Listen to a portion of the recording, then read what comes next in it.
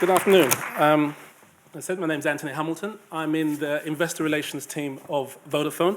I've been with the company now for 7 years and been doing the annual report for 6 out of those 7 years. And so hopefully it has got better over time, and especially since we've been working with Radley, I think it's a lot better than it was with the previous group. They shall not be mentioned.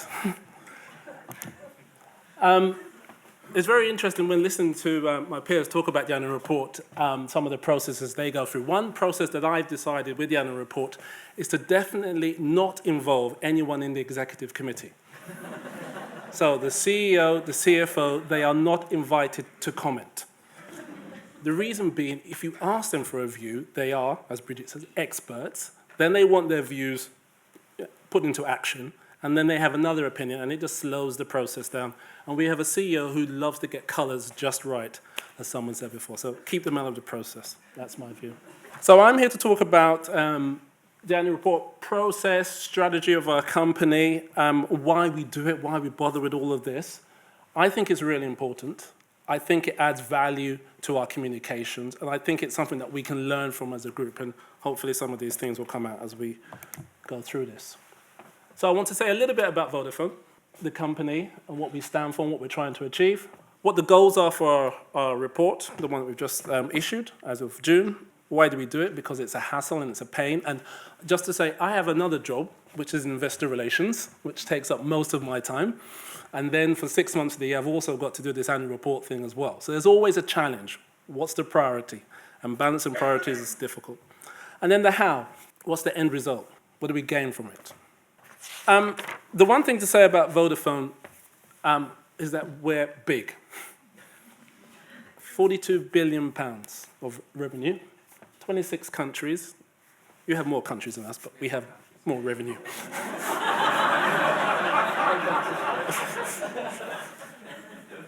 Lots of customers. And most of our customers are mobile, but you may be interested to know that we're doing a lot more of this fixed stuff as well. We do a lot of fixed broadband, and we've just recently launched fixed broadband in the UK. For anyone who wishes to buy it, please see me afterwards. 106,000 employees, and quite big in terms of market cap. In fact, we were, I think the year before last, the biggest dividend payer in the FTSE 100 as well, so a bit of a sales pitch there if you want dividends from Vodafone. Growing quite rapidly as well. So what were the goals for our report? As I was introduced, the key thing I was thinking about was the strategy. And as a company, our strategy has had to evolve as our market is evolving. As I said, you may all think of us as a mobile company, and some of you may be very happy with your mobile service with Vodafone. I hope you are. But we also are seeing a market which is converging. So consumers are increasingly buying fixed and mobile services together, and we're having to evolve to be able to provide those joint services together.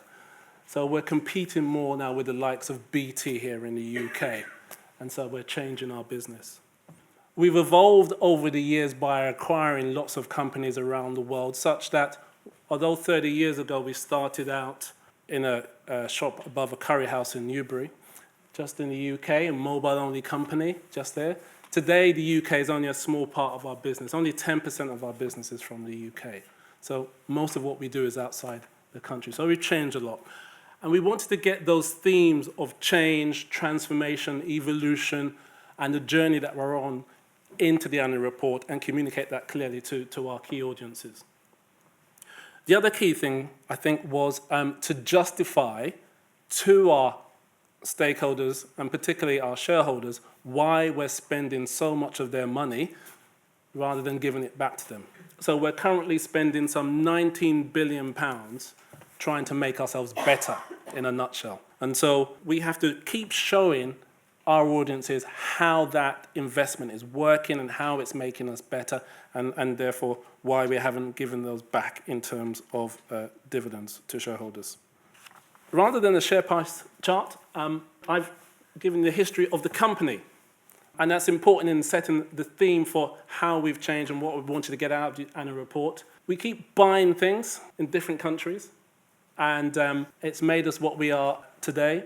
So we've bought in countries such as Turkey, India, Australia, and most recently, as you can see to the far right, we've acquired what's called CWW, Cable and Wireless, Cable Deutschland, and Ono. These are cable companies. So the company is no longer buying mobile businesses, we're buying fixed businesses. And that's important. And then this big blob in the red, Project Spring, the £19 billion. So these are the two key things we wanted to get across when we talk in the annual report. So our strategy is to continue to evolve the business along those 4 key lines at the top there. I won't go into the details, but it's basically about better services to consumers, the likes of you and I, so you can all use your smartphones wherever you are, inside buildings. Unified communications is the fixed and mobile coming together. We want to grow fast in emerging markets such as India, and we want to be the best provider of services to enterprise customers. Just to say, India is our biggest market. You know, we have 180 million customers in India. So it's all about those emerging markets. That's where the growth is. And all of what we're doing is about being accelerated by our Project Spring investment, as I just said. And what that's meant, and again, to get this across in the annual report was key, is how our business is getting better. And here's, for me, one of the key indications. I know one of our competitors uses a certain movie star to advertise their services. I would recommend you stick with us. We're increasing the pace of 4G coverage again, so you can use your mobile phones wherever you are to do whatever you want to do. And our main target is so that 90% of the population in Europe can use their phones to do whatever they want to do. So that's a key example. And trying to get these into the annual report, I think, was key. And our business has evolved more and more, moving into all these areas, away from just mobile, more into fixed, more into emerging markets, and more into enterprise areas.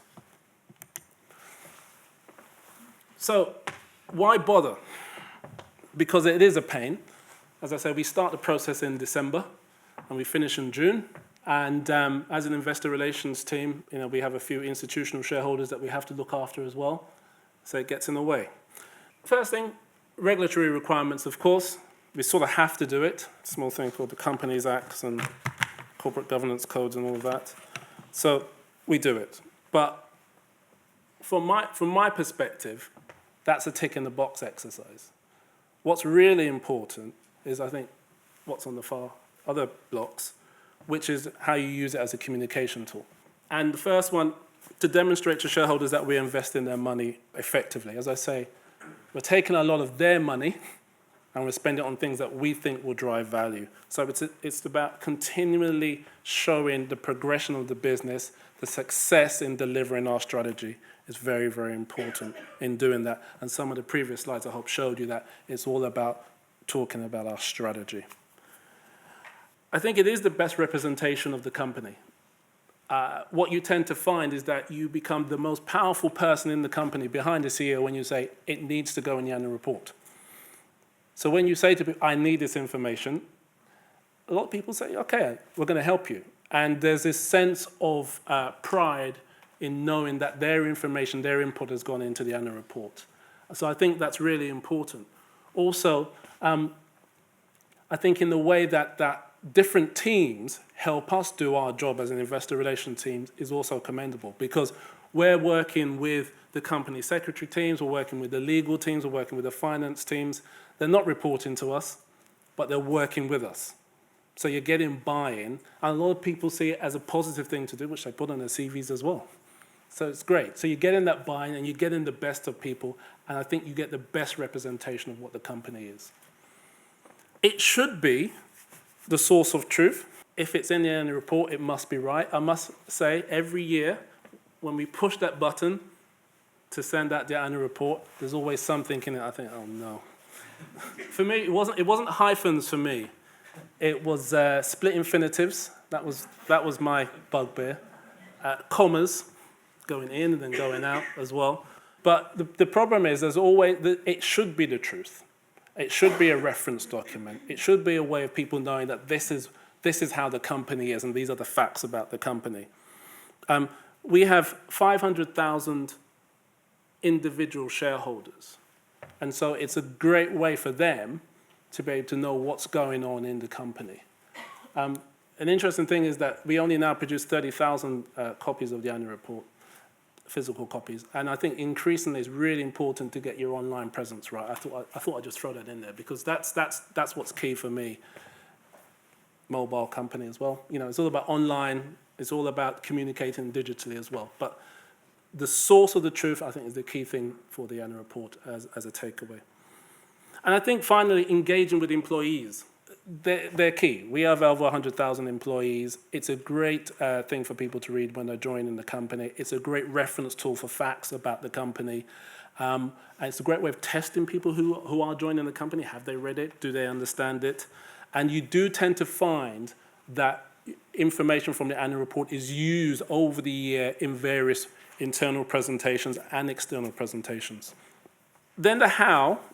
The how is how we communicate it, I think. And again, from an employee perspective, I personally feel that it's really important to make sure we don't just produce the report. You don't have to make the effort to push it out to people. And so one of the things that we've did in the last couple of years, but especially this year, is to engage with our internal communications team to build a proactive program of getting the report out to people, not just in printed form, but online, so they're aware it's coming.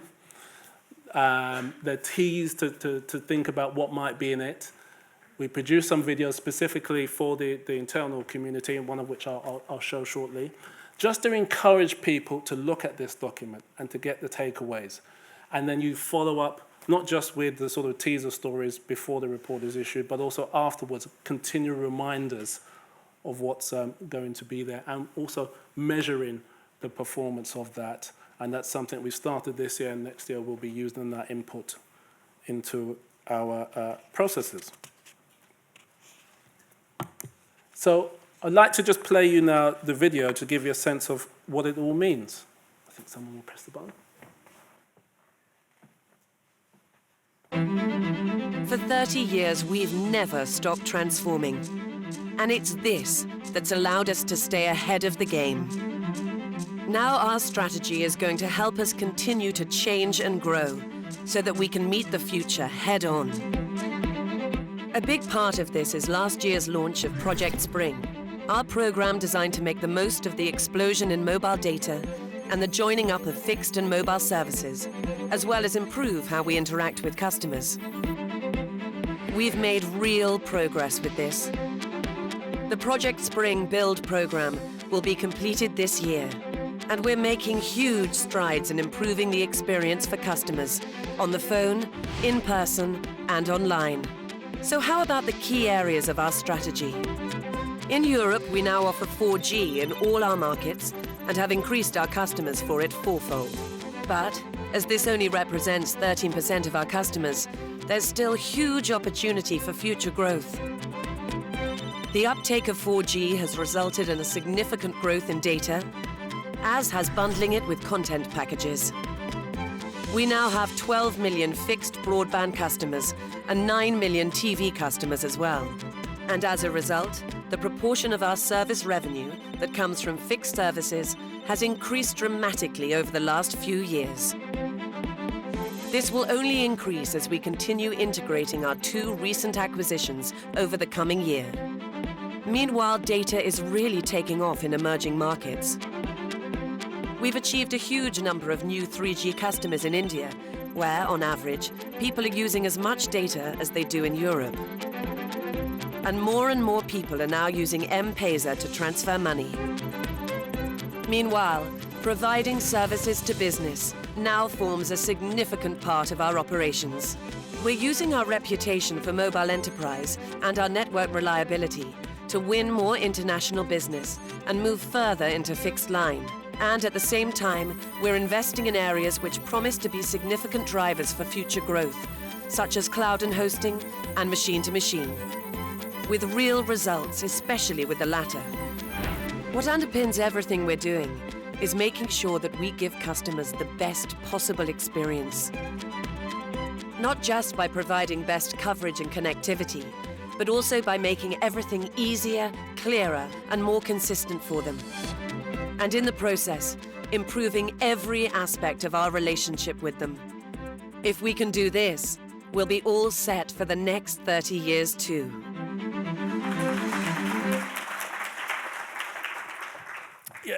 It is hard because it's very easy with an annual report just to tick the boxes and just to stop at the regulatory requirements. But when you're trying to use it as a communication tool, when you're trying to reach out to stakeholders, when you're trying to innovate as well, that's one of the big challenges because we do have a lot of people input into the process.